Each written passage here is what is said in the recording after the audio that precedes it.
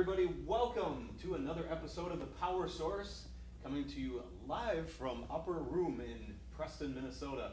We're here tonight with a very special guest, Samuel Lester, who is one of the pastors on staff at Legacy Church over in Onalaska. And if you've wondered if God cares about you, if God loves you, and if God can do miracles, you don't want to miss this interview tonight. I was talking with you beforehand, and it sounds like there are a lot of really interesting things to cover here. So I'm kind of excited about this. But before we go too far, though, I should give you a chance to introduce yourself. So who are you, by the way? Yeah. As you said, I'm Samuel. I'm actually from the La Crosse area. Grew up there, and then, been there all my life until God called me to be in ministry when I was in high school, and then from there. Wow, high school! You don't hear that very often. Yeah, that's interesting. I don't think I've had any of our guests say that actually. That God called me into the ministry in high school. So that's really unique. I guess I just under the threshold there, because technically it was my senior year of high school that happened. Counts. We'll count it, right? Okay. I wanted to be a movie director up until that happened. And then God's like, you're supposed to be in ministry. And it was one of those times where God speaks to you, right? Yeah. And He said, you're going to be a pastor. The words were clear. And so then I went to a 2-year ministry college in Milwaukee. It was an expedited program with the Assemblies of God, became a licensed minister, and then came back to the area, worked in a factory for a little bit while looking for placement, and I went up to Superior for 5 years to be a youth pastor. Wow. That's quite a trip there that you took. Yeah. My goodness. And so it sounds to me like we always want to talk to our guests about what's your background, like why are you a Christian, and when did you become a Christian, and stuff like that. Yeah. What's been your experience? And it was interesting to hear you've been a Christian basically your whole life, essentially, right? You grew up in the church, or? I did. Okay. And I was one of those Christians that grew up in the point where everything is Christian. Everything's Christian. My parents, my dad grew up in a Christian household. His father was a pastor for a while. Wow. Okay. My mom was a first-generation Christian, but she got saved in college, and so when those two met, they actually met at Christ for the Nations. Actually, that's where they met. That's awesome. And then they moved up here to Wisconsin, and when they had me, I just grew up knowing Christian. I just grew up knowing about God. I think I use that term about very specifically, because when you grow up in a Christian home, everything's just expected to be about God, but you don't necessarily know Him. Right. That is a very good point. I think, and a lot of people know exactly what you're talking about there too. It is interesting how many Christians, it's almost like there's this false idea out there that when you're Christian, everything's going to be roses and sunshine all the time, or something, and it's not that at all. In fact, I think Jesus even warned us, like, hey, it's not going to be all sunshine and roses here. It's not an easy road here, to walk being a Christian. And obviously his disciples, they showed that, they were all martyred. And anyways, stuff happens still in life, and it's interesting what God will do to respond in those situations, Right. And when we were talking beforehand about some of the things you've seen and experienced, it's interesting how God took some of those really dark moments of your life and just completely flipped them on their head. Every single time, like just so consistently. Mm-hmm. And I'd like to discuss that if we can a little bit. Absolutely. Jump right into it, I guess, so that people kind of know what we're talking about here. But so you mentioned you were raised in a Christian home, had a lot of background of Christian people in your family even. Oh yeah. But at some point you kind of got into an area where it was a little bit rough in your life, and do you want to elaborate on that a little bit? Yeah, as much as I can, absolutely. Because sure. Part of that story also crosses over into my dad's story, and that's for him to tell. Oh, but make a note. We need to have his dad on here. Yeah, right. Yeah. You can talk to my mom about all the miracles. You can talk to my dad about about continuous healing and all that kind of stuff. I'd love to hear that too. Yeah. But as far as the story where it goes for me, I remember accepting Jesus at 4 years old on my grandma's couch, and but from there, it was God was a friend and only a friend. Not like I'm a friend of God as a privilege, but I'm a friend of God where it's transactional, you know. Yeah. And so I never really saw God, and I should say more accurately, I never really understood being in a relationship with God and loving Him, and having, and more importantly, understanding being loved by Him. Right. And I say that specifically because I'm firstborn, and growing up in a Christian home, my parents loved me dearly, but and my mom would continuously telling me, you know, you're super smart, you're this, you know, and then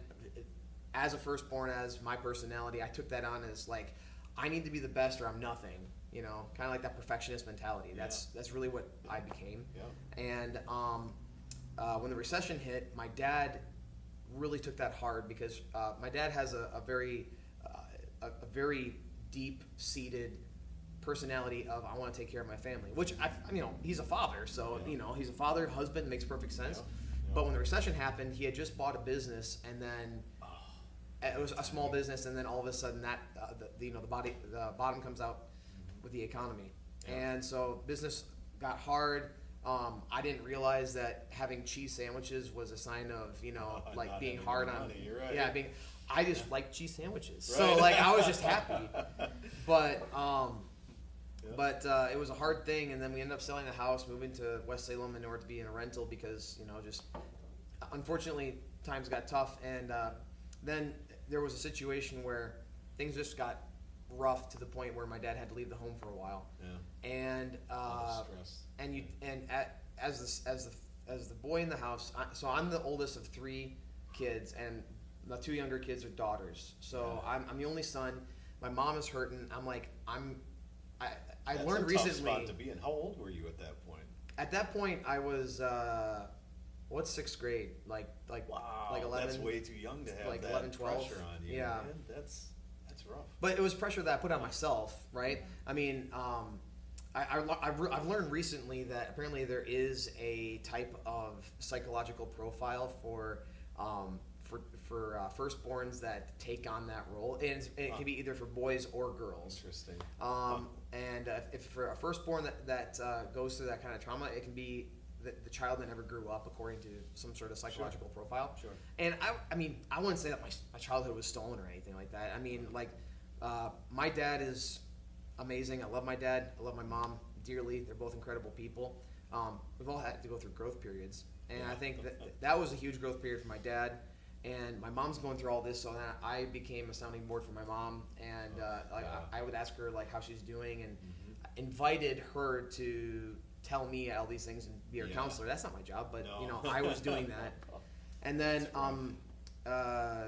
it was 9th grade that first year high school, and just taking on a lot of that stuff. That's a lot more to take on. A lot of that stuff was too. happening, both in school, but also my dad came back into the home. Okay. And there was some friction that was happening familially, and I just kept on taking it on as like, I need to be perfect.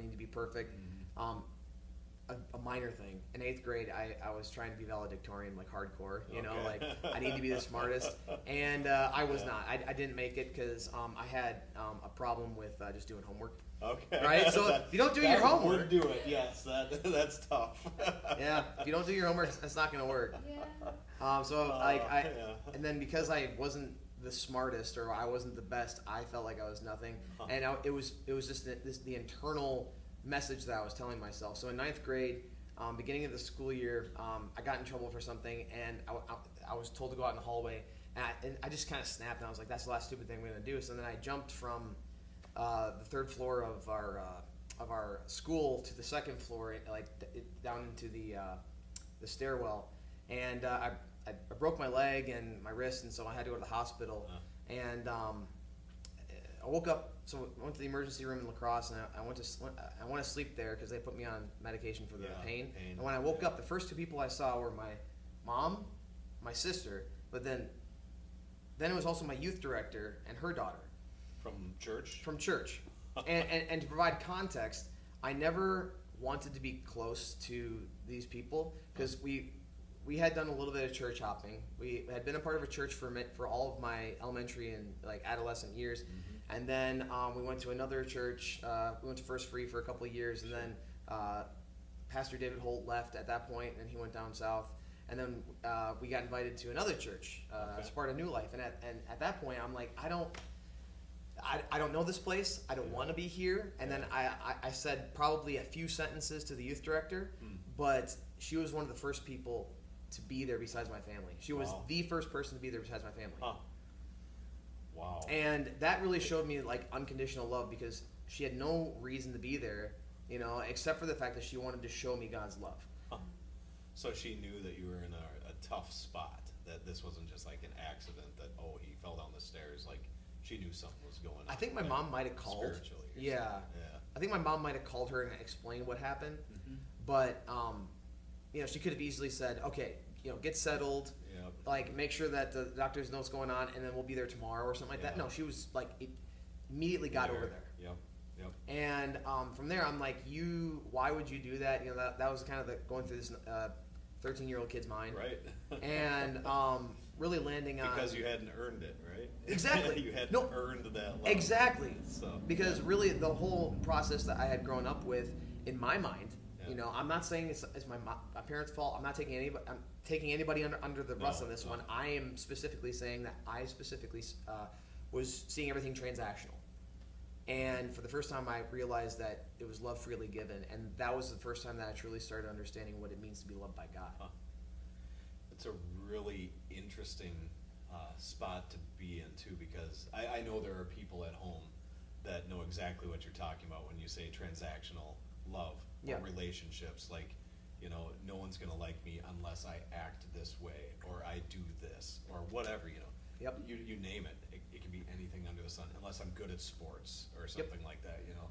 I think a lot of guys struggle with that, honestly, especially young guys, you know, like, I'm not good at sports. What am I going to do, you know?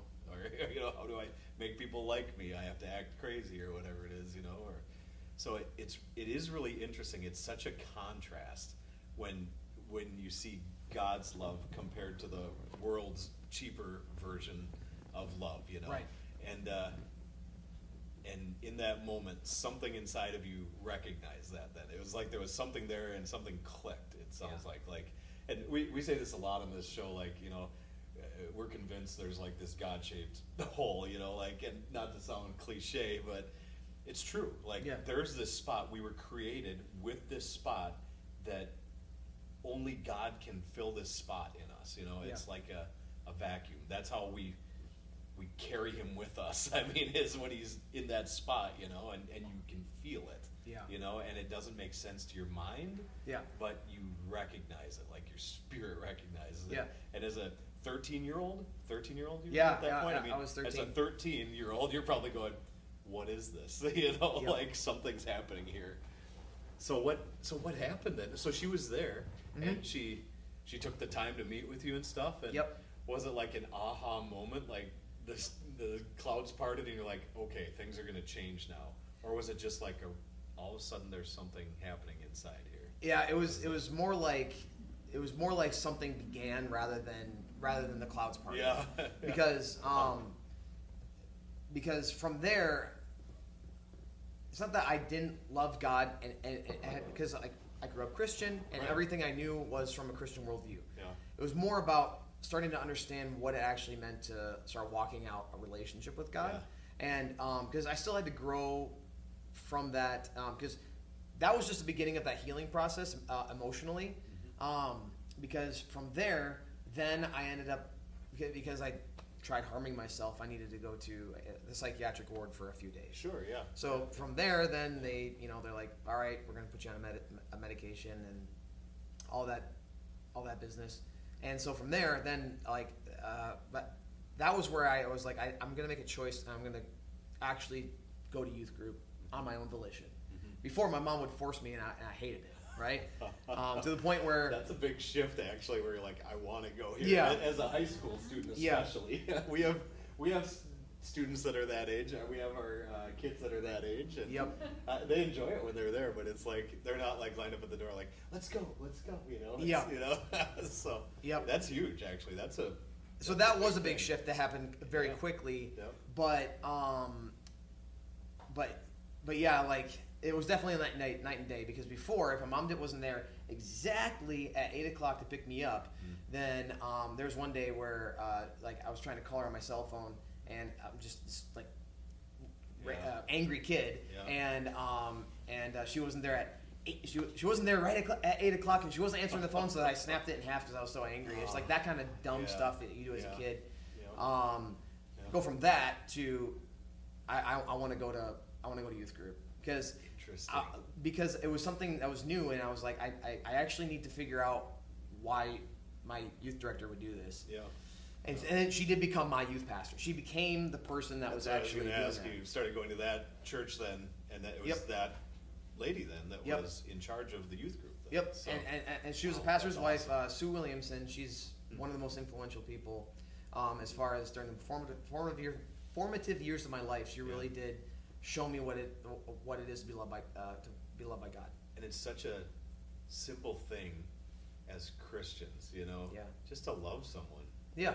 Unconditionally, see them how God sees them, and it makes such a difference. It's so simple. Like we try and overcomplicate this so much, as Christians. Yeah. Like there has to be this big act by us or something, and no, it's just something simple like that, and it changed the course of your life. So, correct. And honestly, again, it comes down to a simple choice. Now, of course, she had to drive down from Sparta and drive the 40-minute drive to the south side of La Crosse in order to meet me at the hospital. Yeah. So, it's not like she was doing something easy, except for the fact that we, like you said, we overcomplicate it. Yeah. One of the things that we can do is just say yes, because she didn't come with a sermon, she didn't come with a whole message of like, Samuel, here's the 5-step process of how to not be depressed. Let's go. Let's go through that right now in the emergency room. It wasn't like she had some sort of full thing, extravagant plan. Right. She was just there. Yeah. She just said yes. And so that really helped me better understand God's love just from her saying yes. And how many times do we say no? Sometimes I'm on the road, and I'm not trying to get preachy, but like when you see somebody on the road that has a flat tire, and you're just like, oh man, somebody should stop, and like someone else should. Yeah. And it's like seeing how many times we can say yes, but we don't. Right. That's convicting to me, really. But there's always an excuse, There's always an excuse that we try to provide. There will always be an excuse every single time. If we want to look at biblical examples, this is all over in the Bible too. There's always choices that people are making in every single book. Good Samaritan. The Good Samaritan is one of them. Yes, that's definitely one of them. But even the disciples, like they were in the middle of fishing. They had everything there, and Jesus is like, "Hey, come follow me. Drop your nets. Let's go." And there was a moment there. Like, do we go or not? And they had everything they were going to drop to follow this guy. There was a recognition, like, okay, there's something more here than all this, and God's about to do something here, and we need to be a part of it, Exactly. It's like if we saw every situation like that, our interactions with people as that potential to happen, it would change the way that the world operates, honestly. And we as Christians operate, as the church, the change that would happen. Incredible. So you're the byproduct of that. That's awesome. And I'm curious though, because this really did change the trajectory. To the point where by the time you were graduating high school, then you're seriously thinking about becoming a pastor then, or going into ministry. So how did that come about? Did your youth leader kind of talk to you about that? Like, hey, you should do this? Or was it something in you, like, the more you were interacting in youth group, like, you thought, this is right. Something clicks here. This feels right in here. So not quite, because it was more of a snap. So and more of a snap into place, if you will. Okay. When I was a kid.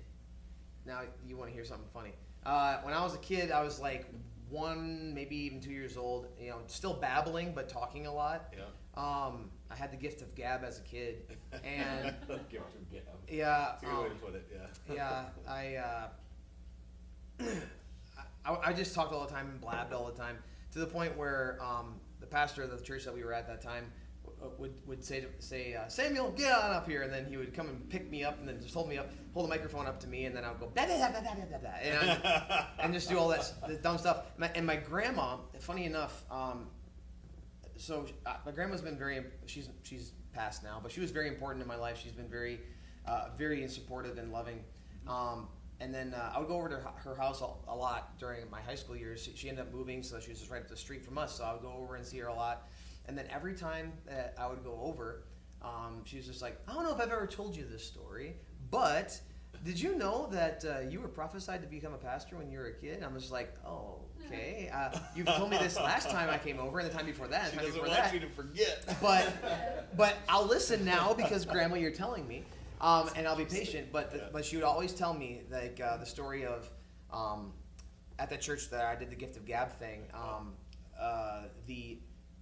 The pastor invited a prophet to come, and then he's like, there's a few people that are supposed to be prayed for today, and I don't know who those people are. The Holy Spirit just shows me in the moment. But if you want a possibility of getting prayed over and prophesied over and having a revelation, then come forward. Mm-hmm. And then my dad came forward, and I was in his arms, and the prophet was just walking by. He walked by me, and this is according to my grandma, and I know this story like the back of my hand because she told it to me multiple times throughout high school, right? Interesting. But then the pastor passed me, and then he came back, and then he just pointed at me as a kid, and then he just goes, "Pastor." And then apparently at that age, I was 2, and I yelled back, "Bible school." And according to the story, according to my grandma, Bible school. That's interesting. Wow. So apparently that's the story. And my grandma told me that over and over and over again during high school. And I'm like, Grandma, that's really nice. I'm going to be a movie director, but maybe I'll make a Christian movie. Maybe we'll do the 10 Commandments again or something. You might still do that too. You never know what God will do. And that's true. You're not the first person to say that. A few people have said that. You never know. Who would have thought we'd be here, right? Yeah. I mean, right. God's funny sometimes. Absolutely. But right? Being the camera switcher. Yeah. Never. But from there, then like all throughout high school, I didn't feel that. It was literally my senior year, and then youth convention, the first one I ever went to. I never went to a summer camp when I was in high school. That's one of my regrets. I wish I would have, because I feel like I would have been called to become a pastor sooner, and I wouldn't have done so much thinking around,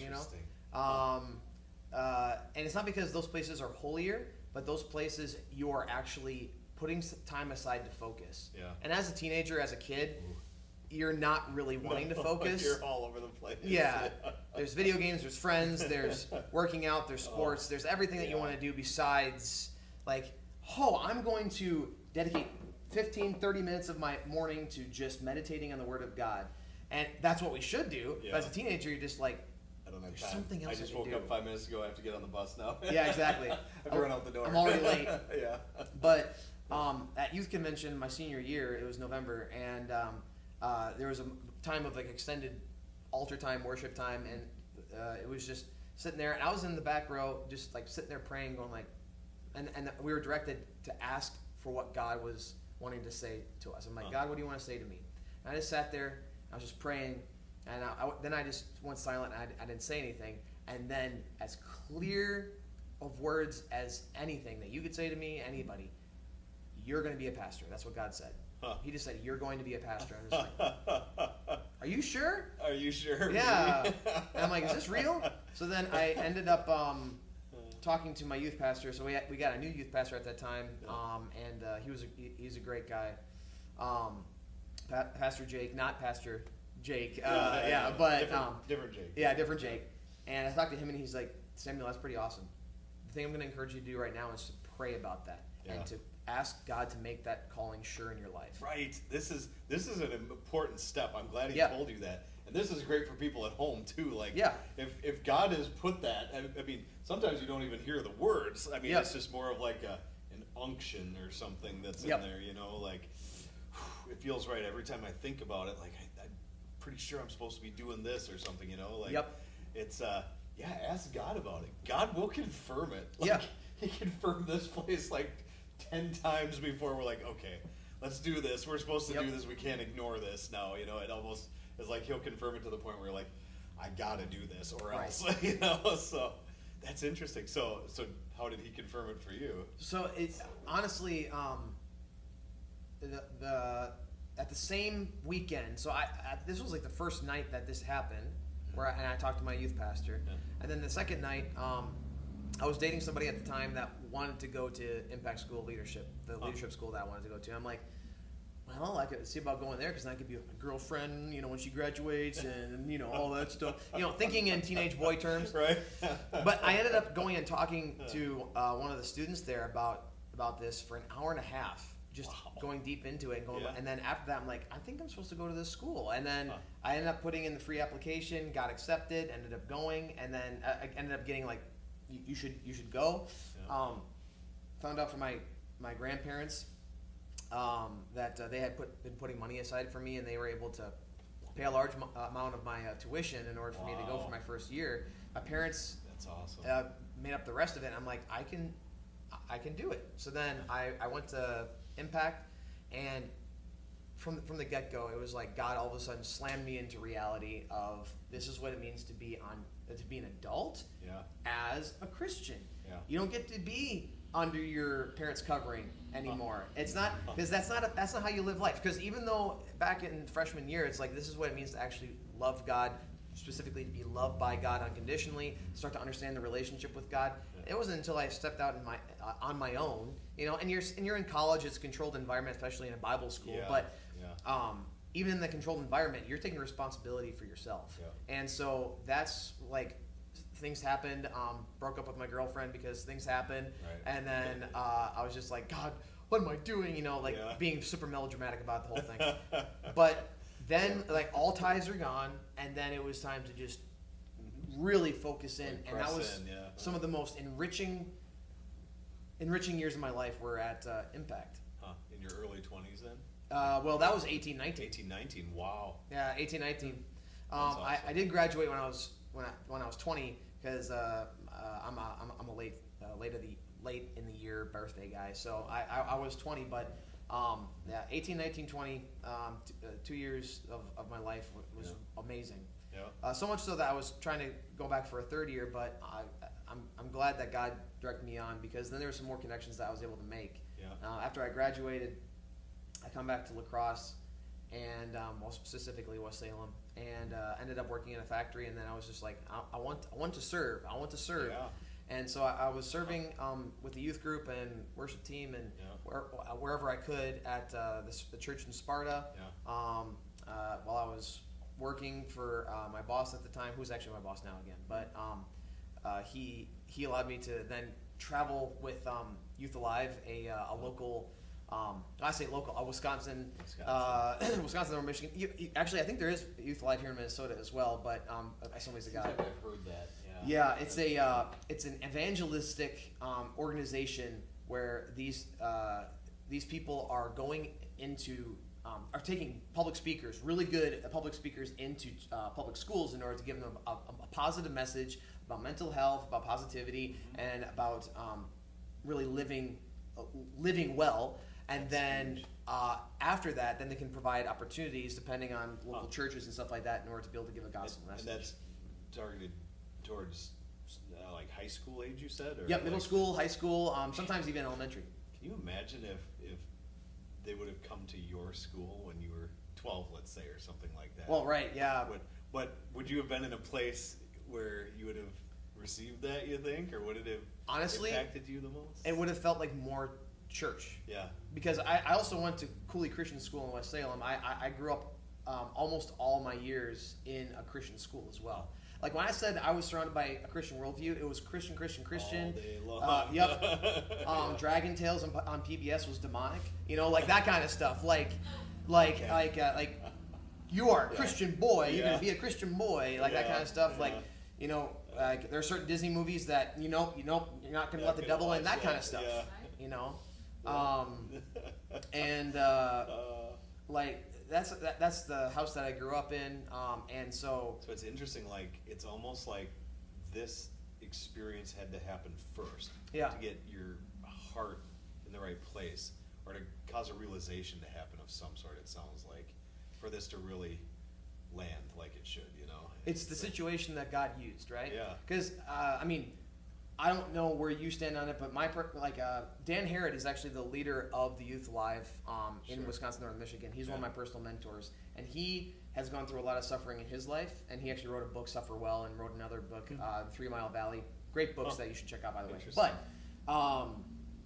But he's a phenomenal individual. But he really, through his life experience, has really come to the idea that God doesn't ordain pain, but He uses it for His good, right? Yeah. And that's I truly believe that. Like even in the book of Job, because some people that I've talked to have gone like, well, what do you think about Job? Like God literally said that He literally gave the thumbs up to Satan to all of a sudden start afflicting Job, and it's like God allowed that to happen, but He didn't ordain it. It's not He's just like, you know what, Job really needs some pain right now. Yeah. You know, all He said was, even if you do this, my servant Job will not turn away from you. I know him. Yeah. I know. Yeah. Yep. And so, and honestly, that was God allowing the situation for His glory to be known, right? And allowing for Job to better realize who God is. And I think that that's also what happens in our lives, is that God doesn't, like, some people are like, well, everything happens for a reason. Everything happens, everything will happen, and then a reason is given to it. I don't believe that God's just like, all right, Samuel, you're going to go through depression, all right? That's just plan A. But then you're going to then realize that I love you. But then you're going to go through a hard breakup. But then you're going to go through even more depression. And then you're going to try to kill yourself again. Like I don't think that God's like weaving that. Right. He knows it's going to happen. He's outside of time. He's omniscient, right? He knows what's going to happen. But He's also going to provide opportunities for His glory to be known. It's not that He wants me to go through His pain. It's that pain will then be used for His glory. And ultimately, then we also have responsibility in order to also choose the path that God has. Yeah. And so, like, I'm not trying to preach. I'm sorry. Sometimes the pastor comes out once in a while, right? But it comes from that perspective of, my God does not want pain for me. My God does want the best for me. And through that, it also means, but like you said earlier, Jesus Himself promised in John, right? In this world you will have trouble. Yeah. But take heart, I've overcome the world. Right. And there's always the end part. There's always the part at the end where God is going to use it for His good, that He's already overcome the bad stuff. Right. So honestly, it's kind of been on a recycle in my life, and I wish that I would just finally get it, so I don't keep on doing it. I don't keep on, yes, we are still human. We are still human. Unfortunately, yeah. Very human. Yeah. Well, keep making mistakes, and you don't have to be perfect, right? Right. That's the other thing too, So wow, that's quite a journey so far. Right. I mean, that's a lot, and you're only in you're only 20, Yeah, we're 20 now. Yeah. And then there was other stuff that happened too, and I know you mentioned we should have your dad on here sometime, or your mom, or both, or something. But do you mind telling us a little bit about like some of the stuff that happened with them then, or was that more recently? No. That was then. It is something where my dad left the home because he was unfortunately forced to for a bit. They're like it was stuff that like that. Honestly, the whole part of that story is his to tell. Yeah. But it ultimately came down to stuff that he went through in his early life, and the term trauma gets thrown around a lot to the point where now it's a very loose term where I really skinned my knee when I was younger, and now my knee hurts now that I'm older. This was knee trauma. It's like not that. Like my dad went through some actual trauma when he was like emotional and spiritual trauma when he was younger, and then it unfortunately came back to roost when he was older because he didn't properly seek healing when he was younger. And when you have 3 kids and you have a lot of responsibility with a business, the pressure on top of these things that you never dealt with, just bubbling up inside of you can really come out sideways, and that's ultimately what happened. Yeah. I would also say that there was probably even some demonic oppression, right? Oppression. Not possession, but oppression that happened in that where the enemy was really coming down hard on our family. And if you look at my dad's life, though, my dad has been a person who wants to continuously be a solid base for people. Like apparently when he was in college, my mom has told me that people would call him the golden boy because he was like the guy that everybody wanted to be friends with because he was a solid friend, a great encourager, and that is who my dad is. That's the person that my mom married. That is who my dad is.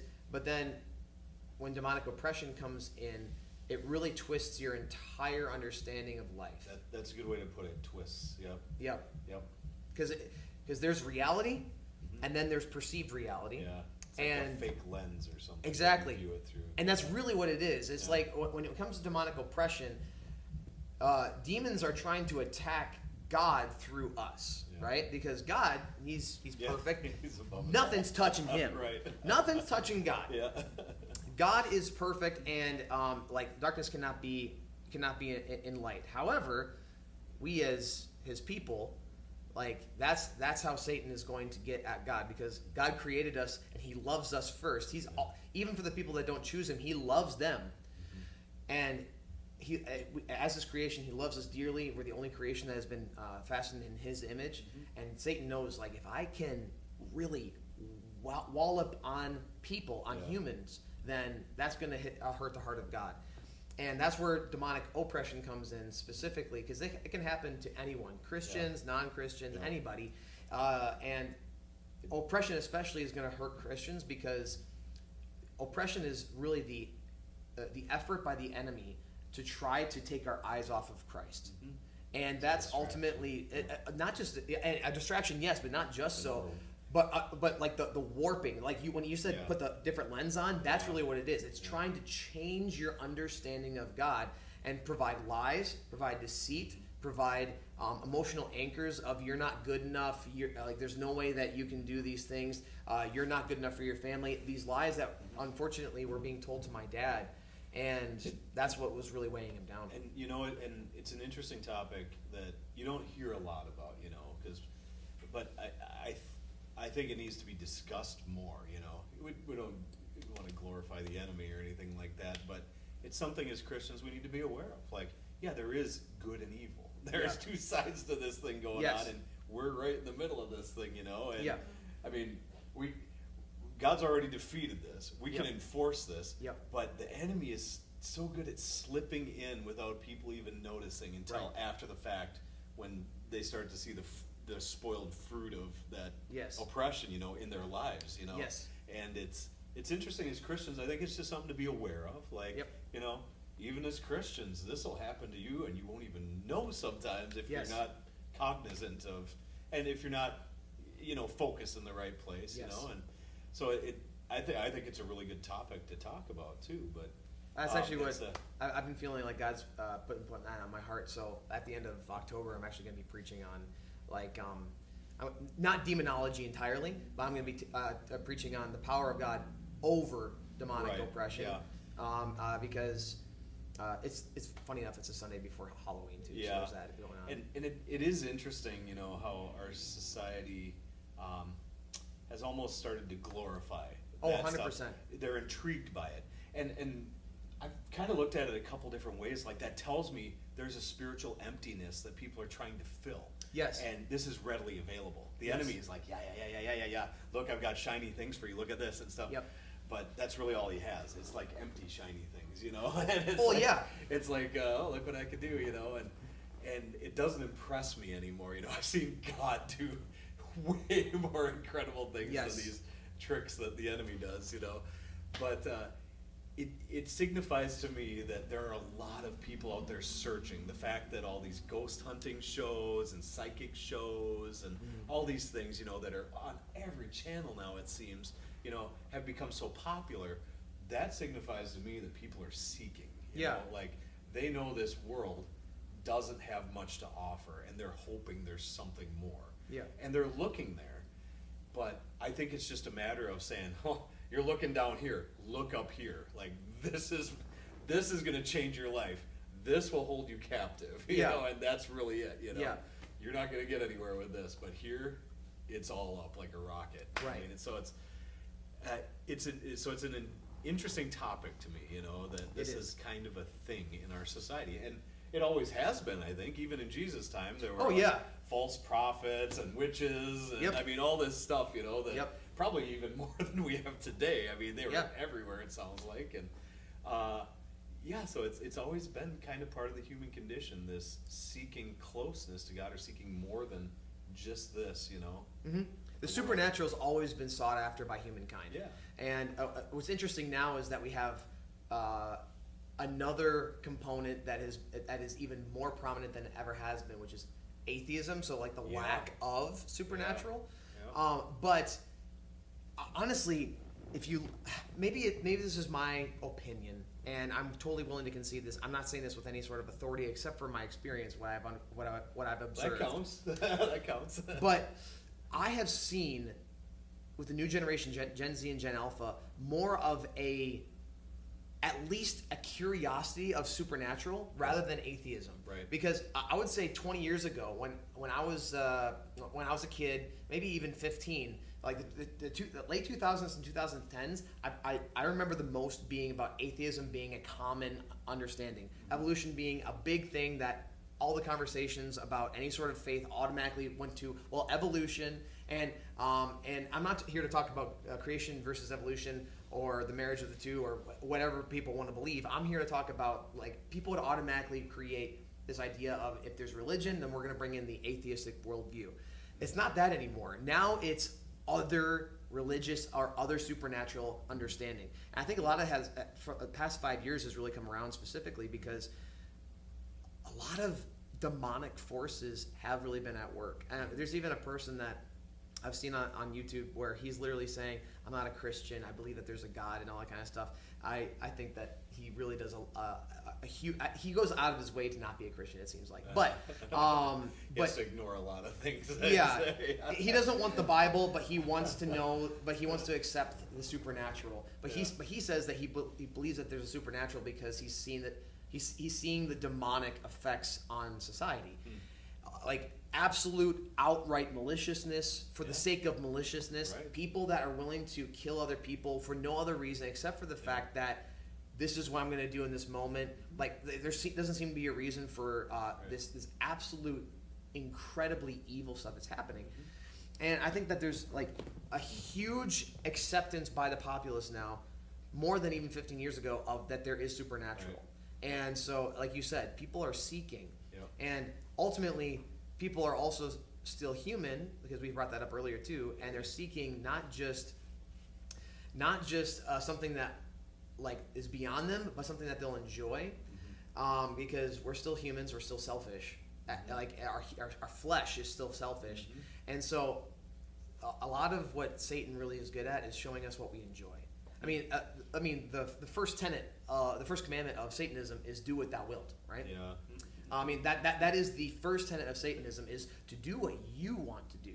Because if you're doing what you want to do, then you're not doing what God wants to do. See, and that to me is the dumbest thing I've ever heard. Like, that tenet, because that is literally chaos, and people don't understand how horrifying chaos is. Yeah. I mean, literally, like if you turn yourself over to your raw emotions. Yeah. It's destructive. Exactly. It will destroy you. Yes. I mean, that's just it. And the people around you. I mean, that's just it. Like, people don't think this through. They think it's all going to be fun and I can do whatever I want in freedom. It's the opposite. Yeah. I mean, there is no right or wrong. There's no up or down. Everything is right and everything is wrong at the same time. And there's no way to tell in the moment, is it right or is it wrong? Is it right or is it wrong? It's both. It's, depending on how I feel. Now it's this, compared to what? Yes. It's all moral relativism. Well, not even that. It's worse than that even, I'd say. So that's just it. Like, it creates this chaos of people really think this through, like what they're saying there, what that idea says. And that's where... It's destructive, It is extremely destructive, Yeah. to the point where Gen Z is one of the most nihilistic generations right now because of the fact that they're growing up with no baseline, with moral relativism, with no understanding of this is what solid truth is. When truth is being told, when you're being told that there's no such thing as truth, it's then all my truth, or what's your own? I hate right? that term. You're right. Which is nonsense. Right. Because there's no truth. If then, there's basically. no solid plane, there's nothing to base your purpose in. Right. If you have nothing that you can make a foundation on where other people will recognize, then you might go like, well, my purpose is to, I don't know, be a dog today or whatever. And of course, I'm throwing out this weird thing. Right. But then if other people are like, you can't be a dog, or if other people are saying what you're doing is ridiculous, then I know we're not supposed to live our lives for other people. That's not what I'm saying. Right. But then it makes a question in your mind of, am I actually doing something that is making a difference? Like if you have nothing to base your purpose off of, then really do you have a purpose? And so we have a purposeless generation right now with a lot of Gen Z in America because of specifically the fact that they don't have any sort of baseline for their understanding of the world. And that's where Christ comes in. Yeah. Because it's not about enjoyment, it's about fulfillment. And the only place where we are truly going to be fulfilled is in Christ. Mm-hmm. Because we as human beings are craving, right? And people would say we're craving love. We're not just craving love, we're craving complete and utter fulfillment and purpose. Mm-hmm. That only comes from God, because our purpose is really made up in the fact that we were created to be loved and to love God, to worship Him. And if we're not doing that, then there will always be the emptiness that we can't understand. There's always the emptiness you can't understand. And so we need that baseline of what it comes down to, of knowing the Bible and following God. And that's why I'm so thankful to kind of like bring it full circle that that I did not. I'm not to say I'm thankful for the pain. A lot of people would say you should be thankful for the pain. I'm thankful for the result. I'm thankful for what God did through that, how God carried me through that, specifically how God used Sue Williamson when I was 13 years old in the emergency room in order to show me this is what it means to be loved unconditionally. Like, you didn't deserve this, but she's still here, and that's what Christ is doing for you every single day. Mm-hmm. And so from there, that's really where that progress, not the word, that trajectory, that journey really began for me. And then and you saw your dad work through the problems too. I mean, exactly. That's actually a blessing too, that you got to see him get through that storm, and come out the other end of it, know. And same with your mom too. I mean, your mom had some health issues that she overcame. It sounds like quite a few of them. I mean, from the time you were born, you were describing a few of them to us before we started here, and it sounded like literally from the moment you were born, they found some major stuff going on, and she got healed miraculously once, and then again, and again, and again. And absolutely. I mean, so it's interesting. Like your entire family has been blessed this way. Yeah. I mean, it really is God watching out for you in a way. Yeah. It is a blessing, but it's incredible. But and I don't know, should we talk about any of your mom's stuff? Or? Well, I mean, we definitely can, because I love sharing her story, and when I tell her that I did, she loves that I share the story too, because she's like, if I'm going to go through that, they're like, I want people to hear about some of this stuff. It sounds incredible. Well, she wants people to know about it too, because she's like, if I had to go through that, God better be praised. This is basically what she's saying. That's a good way to put it. Yeah. That's a good way to put it. But and to the point where she's like, God, can I stop being a testimony? Because it's happened so many times. Careful what you wish for. Yeah, right. But for her, it also began when she first was born, because she actually was born with a birth defect in her femur, in her left leg. Wow. So it was weak, and so she broke it multiple times when she was a child. Oh my goodness. Until finally they decided that they had to amputate above the knee. Wow. Yeah. So my mom is an amputee, an above the knee amputee. But like you don't know my mom, but if you did, you would go like, you're pulling. Are you pulling my leg? Yeah. Like no, I can pull her leg. But like no, like I'm sorry, that was awful. But I get it. Yeah, that was bad. That was really bad. But sorry, mom. But no, in reality, like, she's such a good walker. Like, and she's a person who's like the epitome of like perseverance, of tenacity, of optimism. Mm-hmm. And so it was even told by multiple doctors, you're a better walker than some below the knee amputees that we know of, because she doesn't have her knee in order to control. Right, it doesn't bend then. Right? Yeah. So like she has to learn how to walk according to the prosthetic, and if you saw her, you would not know that she has a prosthesis. That's interesting. Yeah. So, but that was ever since she was a kid. So she had the amputation as a kid. Wow. And But then, growing up, she's been in so many hospitals that she grew up to like. I hate hospitals. I don't want to be in hospitals. Mm-hmm. Well, then, lo and behold, come around to when she has me. I'm overcooked for a couple of weeks, and so yeah, well, to the point where I wasn't coming out, so then they had to do emergency C-section. Yeah. So she was not happy about that because it's a surgery, another surgery she had to have. She doesn't like that. Yeah. But through that, they found out that there's ovarian cancer.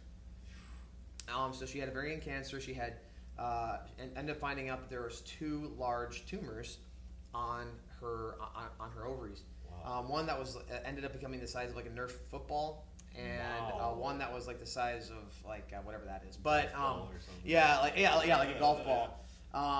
But there were 2, and they're like, listen, we don't know how much the cancer has progressed. We don't know what's going on, but we need to operate as soon as possible. And my mom's like, I don't like surgery. She grew up in a hospital. She was trying to avoid that. Yeah. So she was like, tell you what, we're gonna pray, and we're gonna come back. And if it goes away, like the doctor she had was an atheist. He was a Jew who turned into an atheist. Lovely. Okay. Yep. Dr. Renwick. And my mom. I love when God does this. Exactly. And my mom was trying to use this opportunity to witness to him, and she was saying, "Listen, God's gonna heal me." He's like, "Okay, whatever." And she's like, "No, God's gonna heal me.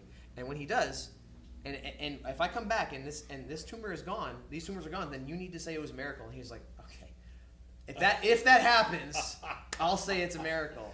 Well, they prayed about it. They like people at church, extended family, everybody was praying against cancer in my mom's body and praying for healing. Mm-hmm. Comes back, gets scans on it, and they're looking at it, and then the tech is like, hold on, I need to go find somebody. He brings another person in. We need to bring somebody else in. And then they're like, we can't figure out what's happening in these situations. Yeah, and I can't believe it. Dr. Renwick ended up explaining that. So we don't know what happened, but the one tumor is just completely gone, and the larger of the tumor just deflated like a balloon, and now it's just like in there, completely non-cancerous. And my mom's like, "That's a miracle," and then he had to admit that it was a miracle. That's awesome. I love when God does these things. That's so beautiful. And my mom's literally been healed from cancer. It never came. By the way, it's not like it just went into remission. It never came back. That's awesome. It never came back. She never dealt with cancer again. She had another like a tumor that grew. It was non-cancerous though, but had that removed years later. That was not on her ovaries, but it was non-cancerous. The cancer never came back. That's awesome. Like that is the epitome of a miracle, right? Yeah. That is God's intervention. Yeah. But then later in life, so I had in 2016 I went up to youth pastor in Superior. I was there for a couple of years. December 2018, my mom, my dad, and my youngest sister, who was still living at home at the time, they were all downstairs at the home watching a movie. My dad does this thing where, like, I do it too with my wife, where he just goes like, "Hey, did you see that? Did you see that? Like, isn't that funny? Isn't that funny?" And like, we'll tap his shoulder and stuff. Yeah. Well, he's laughing, and then he turns over to my mom. He's like, "Did you see that?" And then she's not doing anything. She's just sitting there, with her eyes open, eyes rolled back in her head, and she's not breathing.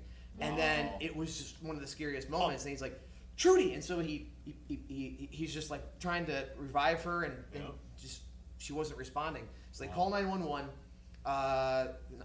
The person on the line says, "Do you know how to do CPR?" My dad's like, "Yes." And then my dad gets her on the ground, starts doing CPR on his wife. I just can't imagine the trauma of that. Like your wife is on the brink of death, and now you are forced to do crazy. To do CPR. That's crazy. Well, the story gets crazier because then the person on the line, the operator, starts calling West Inland PD. So we need to get somebody over there, first responder, ASAP. Yep. And a cop goes, "Where is this address again?" And then they said, the house. He looks up. He was literally right in front of it. Wow. When they called. He was literally right there. So then he just parks the car, takes the AED in, and my dad's doing CPR while he is getting the AED ready, and they had to shock my mom. Wow. My mom was without oxygen. Her heart was not beating. She was without oxygen to her brain for 12 minutes. Wow. And for people listening online, they're probably thinking like, usually you're dead. at that point. Yeah. And I shared it with you earlier, but I'll share it again. This was not a heart attack. This was, we ended up finding out her heart fell out of rhythm, and it just stopped beating. Oh, jeez. But I know the heart attack stats. For heart attacks, if you have a heart attack in the home, you have a 20% chance of actually making it to the hospital alive. If you make it to the hospital alive, you have a lesser chance of actually making it through the whole thing alive, period, even after making it to the hospital. You have a less chance after that even of making it through the whole ordeal with no brain damage, especially with no oxygen going to your head. Deal, yeah. My mom was the nth of the nth of the nth because God intervened. Wow. Because the Holy Spirit was just making sure, Trudy Lester, your time is not done. Right. Your testimony's not over, obviously. Right. And this is going to be another show of my power. That is awesome. I just got goosebumps. Like that's incredible. But my mom's whole life has really been like that. And then she's one of those people that is really upbeat, always smiling, very optimistic, just a person that God uses a lot in order to show people His goodness. And of course, and also she's been used for multiple other things too.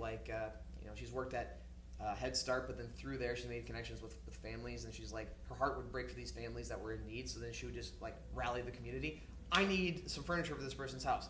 Can somebody give me some groceries for this family? And she's just been doing so much in order to show God's love to people. Wow. My mom has just really been incredible in that regard.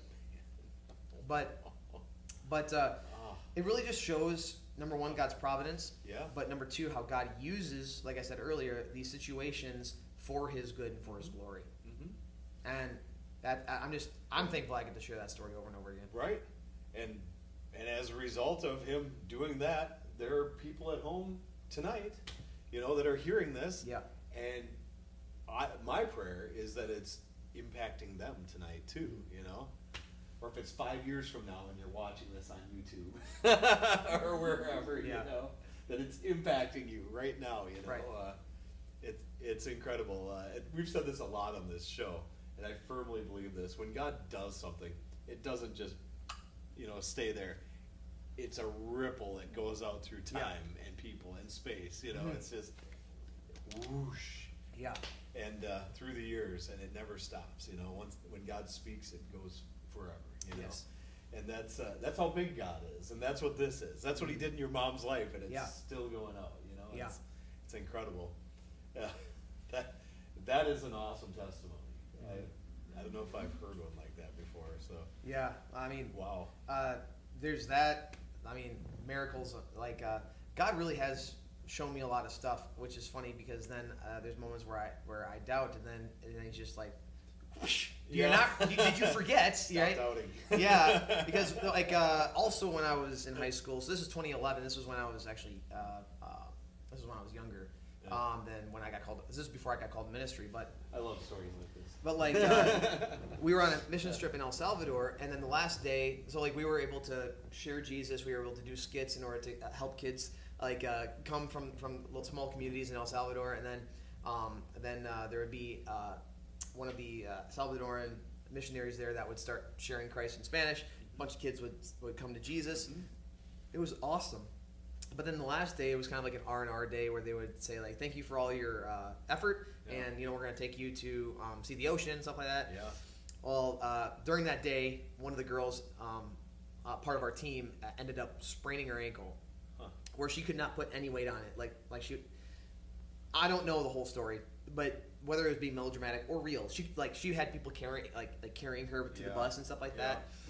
And that night, they were saying goodbye to the mission trip team, but then a bunch of kids, that were part of King's Castle. They were part of the ministry there, but when I say kids, I'm talking about they were literally 7 or 8 year old kids. Wow, you're not kidding, yeah. The Salvadoran kids. Yeah. A whole bunch of them come in and they say goodbye, and they see that this girl is sitting there with her leg up on one of the chairs, wrapped, iced, and all that kind of stuff. Yeah.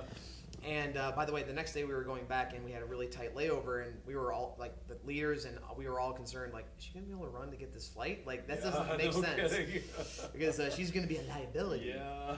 But so the kids, 7 to 8 year old Salvadoran kids, see that this girl has her leg up, and they're iced, and they say in Spanish, can we pray for you? And she's like, what? And then the interpreter says, they want to pray for you. And she's like, oh, okay, yeah, sure, you can pray for me.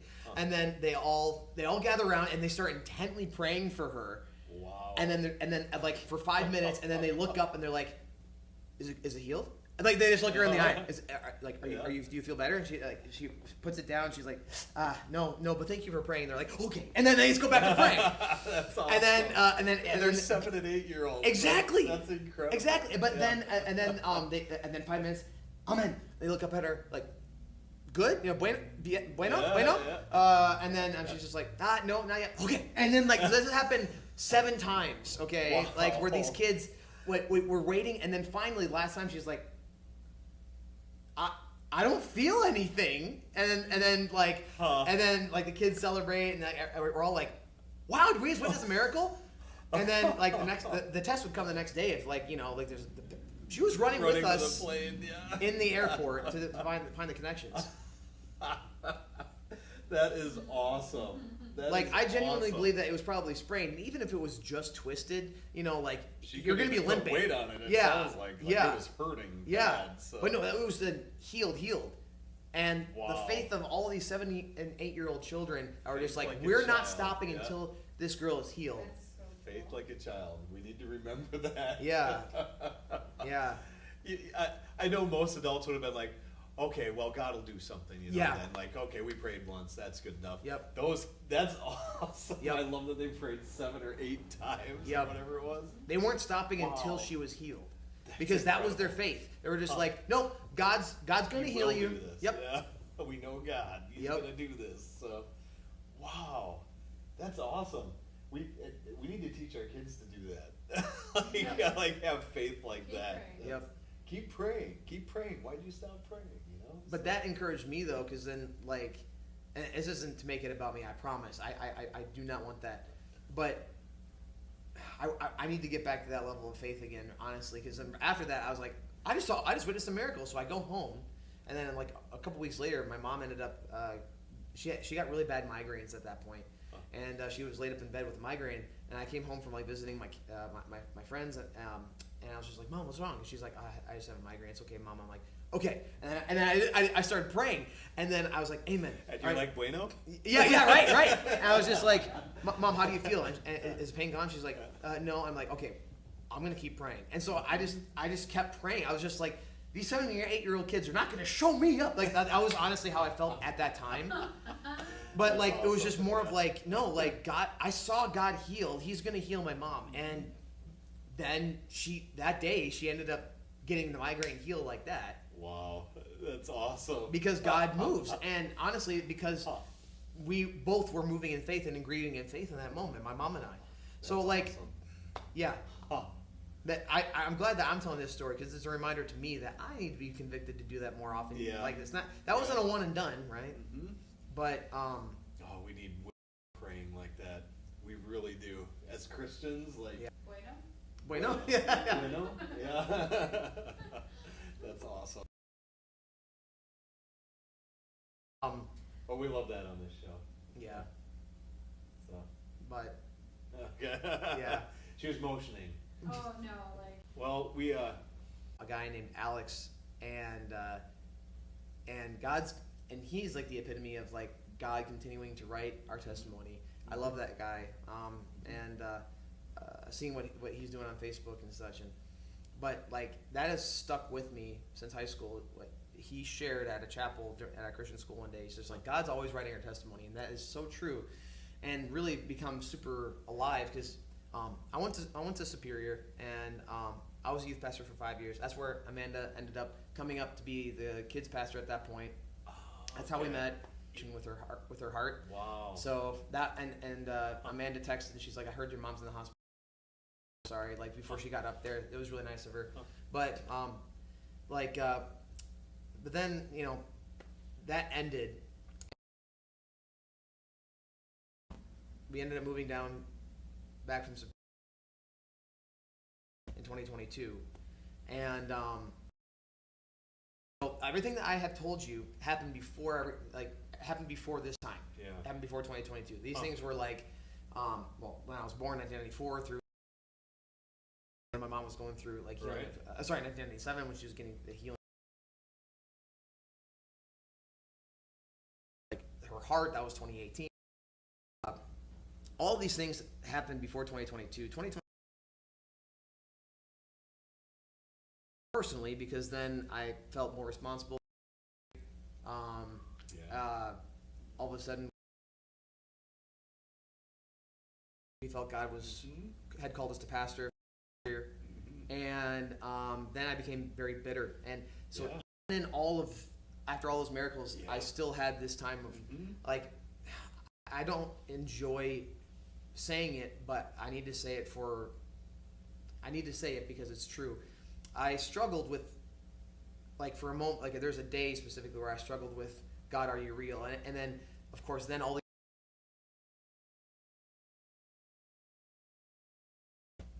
no more than just the course of that day in order to, like, no, God, let me ask you this. Why would you allow this to happen? You know? Why would you allow this to happen? You know, like in a church, you're going after God together the same way with everybody else. Right. Yeah. But I mean, the church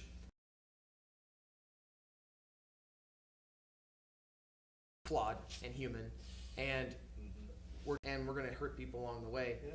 And hard, you know, people in the church, you know, Christians, they will help you because, you know, like God will always help you. But then Christians will have one of the cornerstones of my faith, and that's only one cornerstone of the faith, and that's Christ. Right. But I also made like Christians and my faith in people like just a core component of what my faith was stacked on. And so when all of a sudden a painful realization is I can't, because we were not going to church or anything. We were just I was just I can't, because we were not going to church or anything. We were just I was just so done with church and people. There I was so done with church and people. There I was just like okay. When Lincoln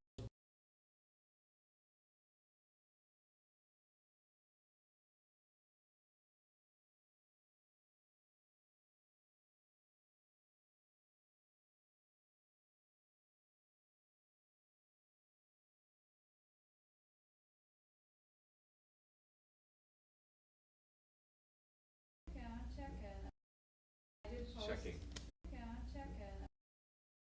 Checking. Right. Here. Right. Here. Here. Yeah. Started posting videos. Was interrupted. Yeah. Like, Yeah. Fingers The crossed. joys of being live. Oh, yeah. Yeah. We like live. We love live. We like That's live, right. Yeah. You should have some commercials right here. Right. You were in the middle of making a really good point, though. I think, and I know this is something I know a lot of Christians that do, and actually going to church because of this view that you had, you know, where this is the church. How could there be? By the time I was horrible to other people, or they were one version of themselves in church, another one on Monday, you know, and in the community, I'd see it. We need to take we need to take responsibility. Deconstruction is a choice, but it comes from constructs that are very powerful, especially if you are looking at bastions, people that you respect, honor.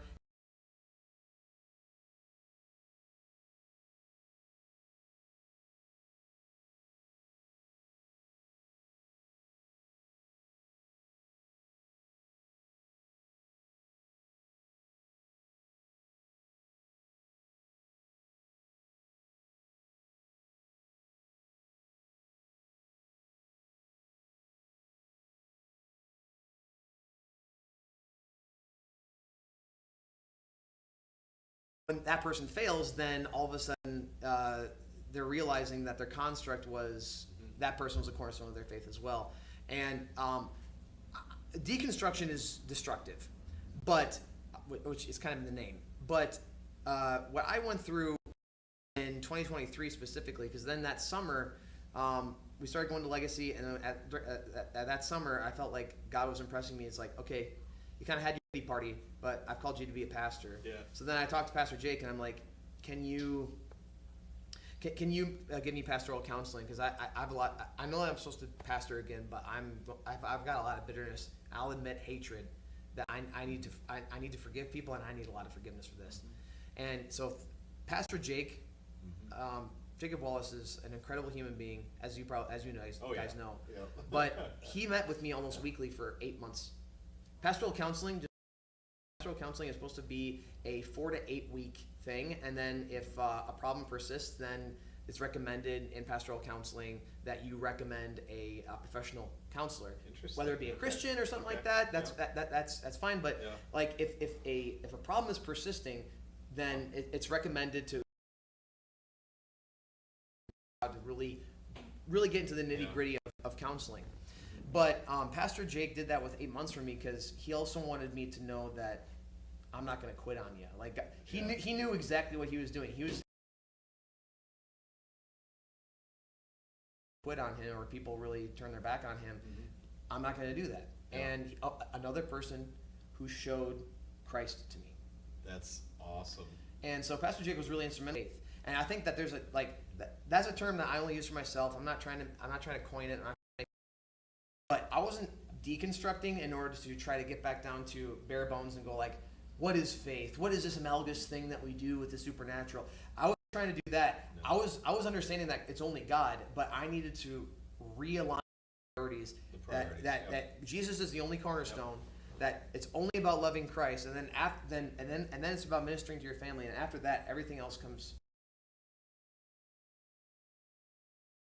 Everything about what I understood church to be, and ultimately God's place in all of that, which is He's over all of it.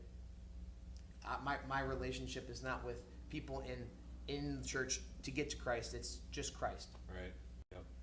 No, I think this is a good point to make too, because people have some experience like this, whatever it is, in the church, let's say, in this discussion, and it feels like everything falls apart, and they walk. It is, But the thing is, God can really use that moment. I mean, it's such a pivotal moment. It's a crossroads moment, if you want to say it that way, where God can take all those blocks that just came tumbling down and rebuild it into the first time. All the pieces are still there. Let's put it higher now. Like it got as high as it could. It was wobbling like this before and fell down. Let's build this thing so you can keep building on it. Right. And you end up, I think, growing and maturing as a Christian, and it's good to ask those questions. And it's good to have discussions with God about this stuff too. I'm fully convinced that God can take it. Like, if you're real with God, like you have been some, it sounds like, and I have been. I've talked about that on here, where, some of my most productive times have been shouting at God, honestly, like being real with Him. Like, that's just it, Lord. I want to be real with you and not fake, and put on appearances. And I believe that's what you want, so that something good can come out of this, Right. It's like, well, a lot of people in the Bible did that too. Yeah. I mean, they'd put on sackcloth or Lamentations. I mean, the book of Lamentations.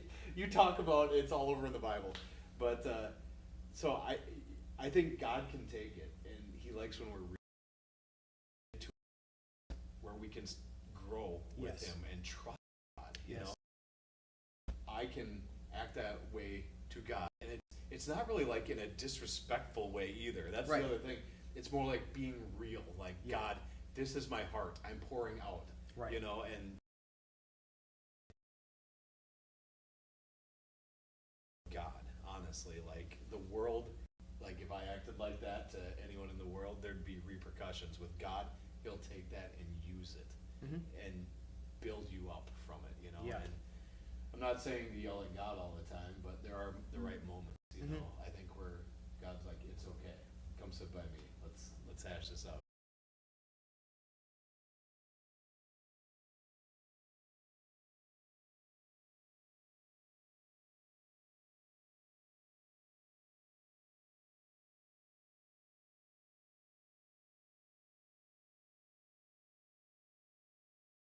Well, the internet's misbehaving tonight, so Quite a bit. good old technology. Yeah. But I think prayer, word, encouragement, whatever it is. Would you mind kind of closing us out? with that Sure, there? yeah. And I That's will it. pray. I mean, the last thing I guess to tie it all together is just to reiterate the point that God's always writing the testimony. Mhm. Because I feel like a lot, especially in America, in the United States, we have this idea of we achieve, and once we've achieved it, then you have that. That makes sense? Like, so specifically in our relationship with Christ, once we've achieved or overcome, I should say, once we've overcome that hard part in our life, then everything's fine. Mhm. Then it's just moving on, right? Then we finally made it to the mountaintop, and now we can just look off and everything's great, not realizing that there's more mountains. Right. But God's continuing to write your testimony. There will, as we mentioned right from the beginning, to go full circle, Jesus said, you will have trouble. In this world, you will have trouble, but take heart, I've overcome the world. Mhm. And when we're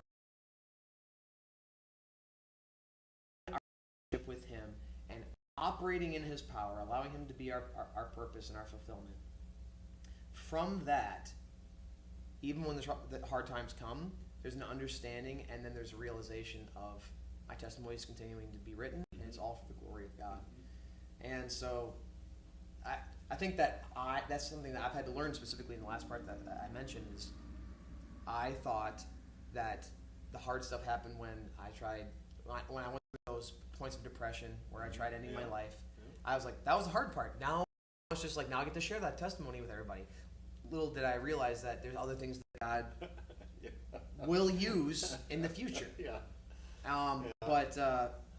But with the realization that it's sometimes, to be just quite frank, it's going to suck sometimes, but God will use that for good. Right. Then there's a purpose to that pain. And you've got a different perspective now to approach these things with. Correct. You know, you're in a different place now to Correct. see these for what they are. Yeah. A molehill instead of a mountain. Yeah. You know, like, Ultimately. this is how it is now. Exactly. This mountain doesn't scare me anymore because I know God's bigger than this. Exactly. You know. That would be my prayer that I would like to pray for, for everybody watching, for us, for my family, for me, just that we continue to be sustained. We'll pray. God, thank you for your love, and thank you for how you continue to work in our lives, how you continue to develop us, and how you continue to strengthen us. Holy Spirit, you are awesome and mighty. These stories that you've